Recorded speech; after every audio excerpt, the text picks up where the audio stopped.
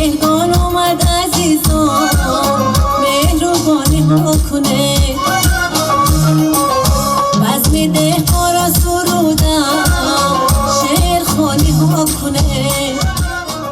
درود بینندگان گرامی، گزارش خود را از جریان تنتنه جشن مهرگان از باغ فرهنگ و فراغتی به نام ابوالقاسم فردوسی پایتخت منظور شما میگردانیم و شما بینندگان عزیز در ادامه برنامه برای آگاهی از رفت این چهاربینی واقعا هم مهمی اجدادی ما را همراه باشید.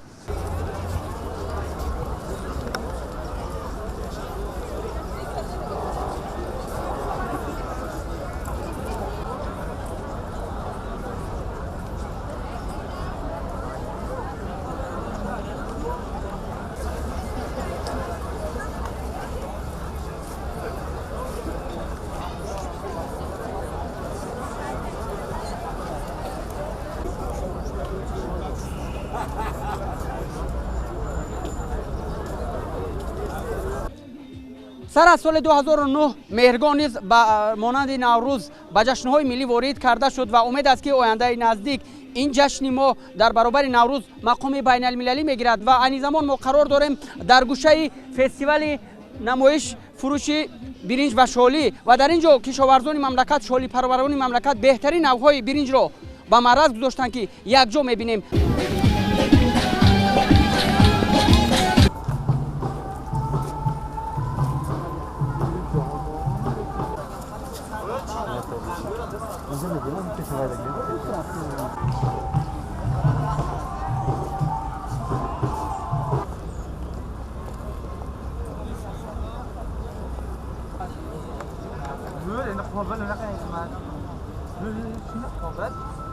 کشاورزان خاصتا اون نفرانی که با پرورش شالی در منطقه‌های گوناگون کشور مشغولند دسترنج خش رو به معرض می‌گذارند و باید گفت که در جمهوری تاجیکستان بهترین نوع‌های شالی پرورش کرده می شود و پلوی که تاجیکستان از این برنج ها آماده می کند در جهان از معروفیت زیاد برخوردار است و پلوی تاجیکستان به فهرست غیرمادی میراث فرهنگی یونسکو شامل کرده شده است.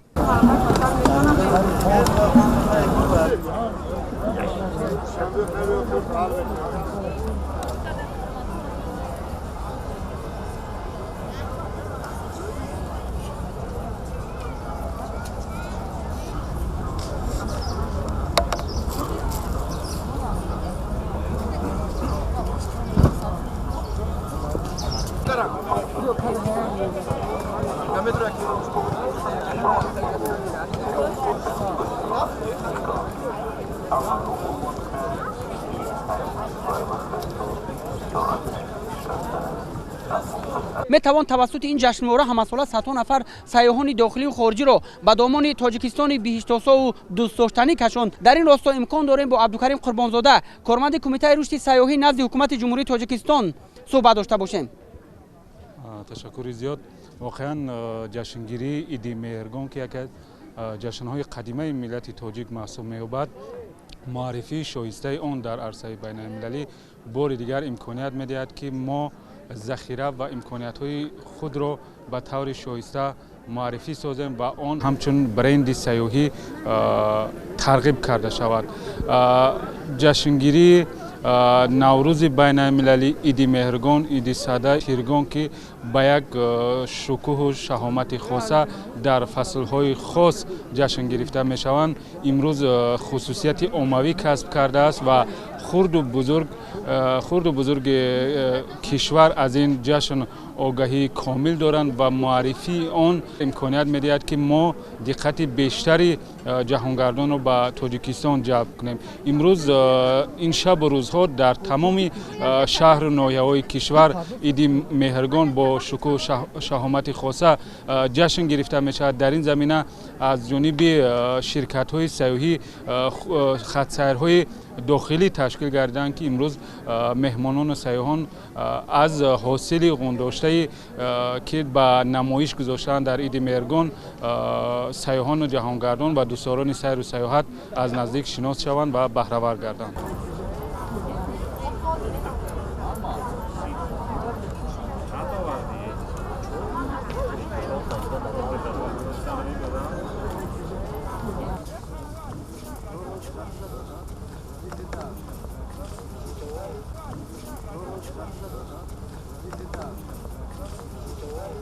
тавре гуфтем бинандагони гиромӣ, ҷашни меҳргон ҳанӯз ҳам дар кишвари офтобии мо тантана дорад ва меҳмонони зиёд дар ин чорабинии мо иштирок доранд. Ҳамин акнун мо имкон дорем бо чанд тан аз шаҳрвандони кишвари ҳамсоя Афғонистон доир ба ин ҷашни аҷдодӣ суҳбат дошта бошем. خوش آمدید به تاجیکستان. زنده باشین. ما هم به شما از طریق شما به بینندایتان سلامای خدا میگیم. اینجا آمدیم در این جشن اشتراک کردیم. بسیار یک فضای خوب، بسیار یک فضای صمیمی و بسیار یک جشن تاریخی، یک جشن که در کشور ما به نام جشن دیقان، این جشن که تمام محصولات کشاورزای ما، محصولات دستاوردهای زحمتکشی هموطنان ما هم تو نمایش داده میشه. در اینجا آمدیم ولی اینجا بسیار خوبتر و بهتر، در یک فضای بسیار تنج و به اصطلاح خود شما فضای بسیار خوب، بسیار لذت بردیم. بسیار چیزا استفاده کردیم، بعضی چیزا خریدیم، بسیار طعم‌ها و غذای خوشمزه کشورتان. واقعا که از ما شما یک فرهنگ بسیار نزدیک و بسیار یک فرهنگ غنی و بسیار دیدنی و بسیار لذت بخش. سلامت باشید، خوش آمدید. شما همراه کی اومدین در این جشن اشتراک دارین و بار چندم است که در کشور ما هستین؟ سلامت باشین. در ابتدا عرض سلام داریم خدمت بیننده‌های تلویزیون شما. امیدوارم همگی خوب باشن. ما بار اول است در این جشن ملی و جشن مهرگان میگنش اشتراک کردیم. واقعا از فضا و از این جمعیت مردم که میبینیم همگی خلق تاجیک همه محصولات خود به بازار آوردن و به نمایش گذاشتن. واقعا جای خوشحالی و خرسندی است و زیاد لذت بردیم. واقعا بسیار کیف کردیم. شما همراه کی آمدید و یک بار بود که در یگان جشن ملی تاجیکستان؟ بله، در وطن ما افغانستان هم جشن‌های وجود داشت مثل جشن دیقان و جشن سال نو اشتراک می‌کردیم. حاضر یا فعلا ما همراه فامیل خود آمدیم و کیف میکنیم، لذت میبریم و جای خوشی است و خیلی خوشحال هستیم و از خلق تاجیک هم که همزبان و نژاد ما هستن زیاد خوشحال هستیم و واقعا مردم میهمان نواز هستن. سلامت باشید، خوش آمدید. سلامت باشید. بینندگان گرامی، در ادامه برنامه با شبکه ما باشید.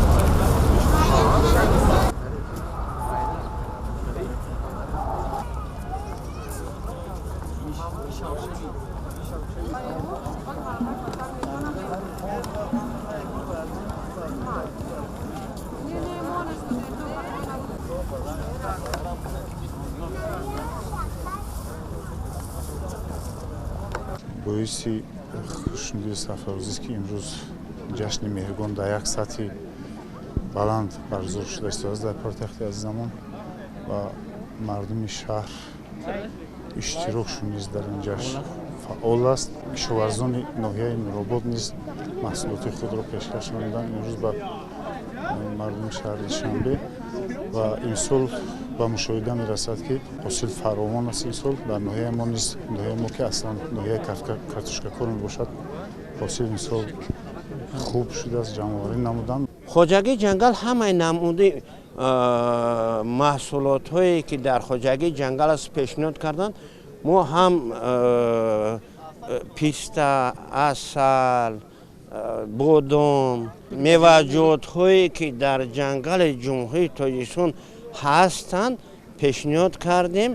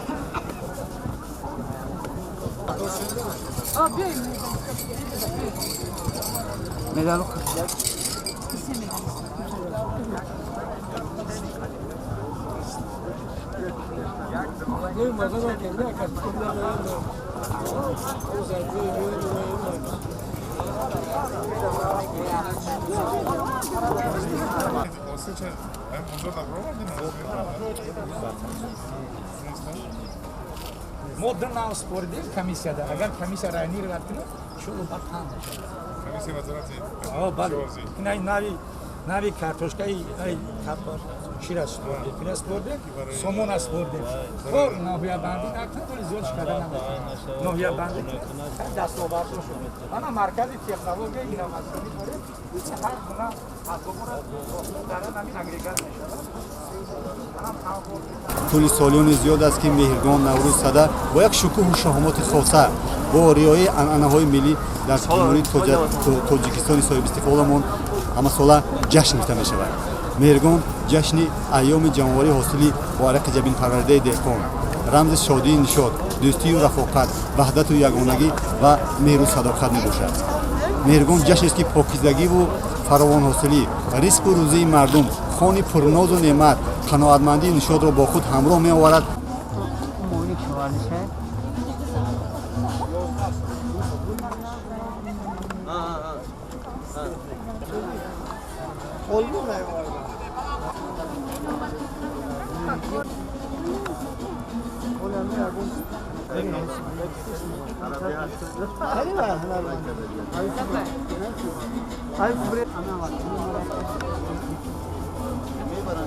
البته جشن مهرگان این جشن قدیمه ما مردم تاجیک می باشد که امروزها با دستگیری و کوشش های بی‌واسطه پیشوای معظم ملت بار دیگر احیا گشت. ساکنان ناحیه فیض‌آباد حاصل جمع آورده خود را به معرض تماشای ساکنان پایتخت عزیزمان پیشنهاد کردند. امروزها از قبیل تمام میوه‌جات که در ناحیه فیض‌آباد که ناحیه خود اگراری می باشد و سمت اساسی و اگراری است، تمامی میوه‌های شادباری خود را به ساکنان پایتخت عزیزمان به طور فروش و به طور نمایش پیشنهاد مردم نهادند. البته امروزها دهقانان ناحیه در میدان 7312 هکتار کشت جمع آوری نمودند که تمام نمودهای سبزوات و میوه‌جات در ناحیه فیض‌آباد وجود دارد و بازارهای پایتخت عزیزمان را از میوه‌های تر و تازه استعمالی تأمین می نماید.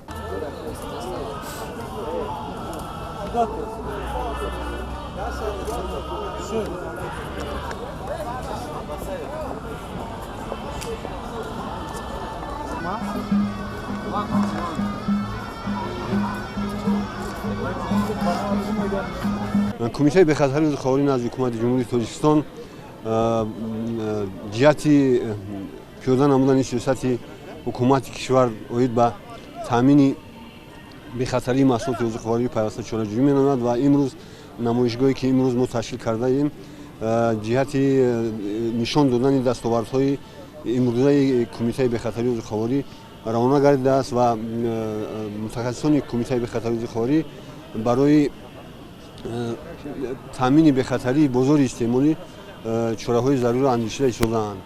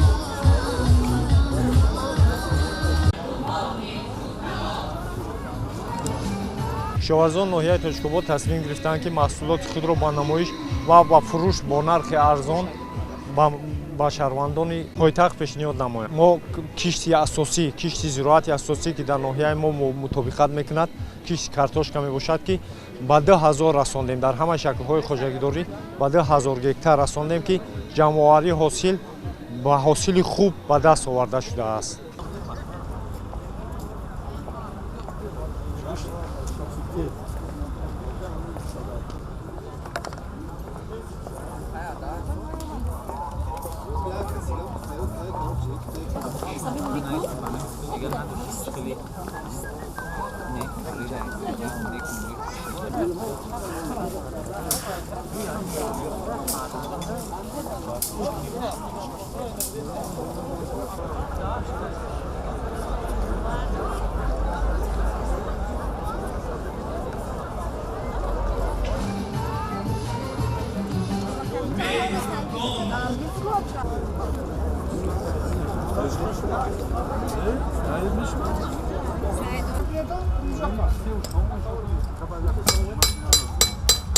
از آن مهرگان سال 2019 تا سال 2020 یک چند نمودی تکنیکا تجهیزات‌های نو رو به جمهوری وارد نموده، از آن جمله کمباین‌های شاله‌دروی، ماشین‌های پخته‌چینی، تراکتورهای تمغه MTZ یک چند نمود، تراکتورهای جمهوری از چین آورده شده یک چند نمود، تراکتورهای خرد و کلان رو پیشکشی خواجگی‌ها رسانیدیم.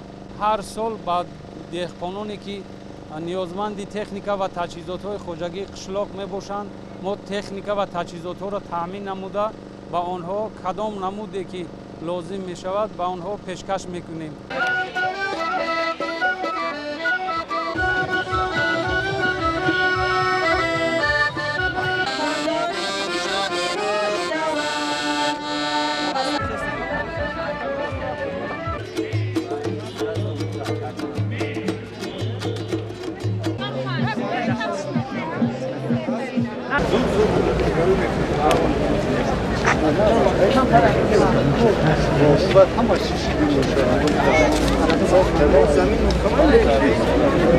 باید گفت که میتوان طریق مهرگان همساله صدها نفر سیاحان داخلی و خارجی را به دامان تاجیکستان بیشتاسا کشاند، زیرا به مثل نوروز سیاحان داخلی رغبت زیاد دارند برای تماشای چهاربینی‌های سطح بلند تاجیکستان و امید است که در سالهای رشد دهات سیاحی و هنرهای مردمی این جشنی اجدادی نیز به مثل نوروز مقامی بین المللی را کسب میکند. با این عید و فستیوال نمایشی شالی و برنج خیر مقدم میگویم. همه شما را از صمیم دل تبریک و مبارکباد گفته از روی نامیناسیون غلاکاری بهترین سرفراز گردانده می شود راهبر خواجگی دهقانی سامانجانی ناحیه دنغره ولایت ختلان. مهرگان اومد عزیزان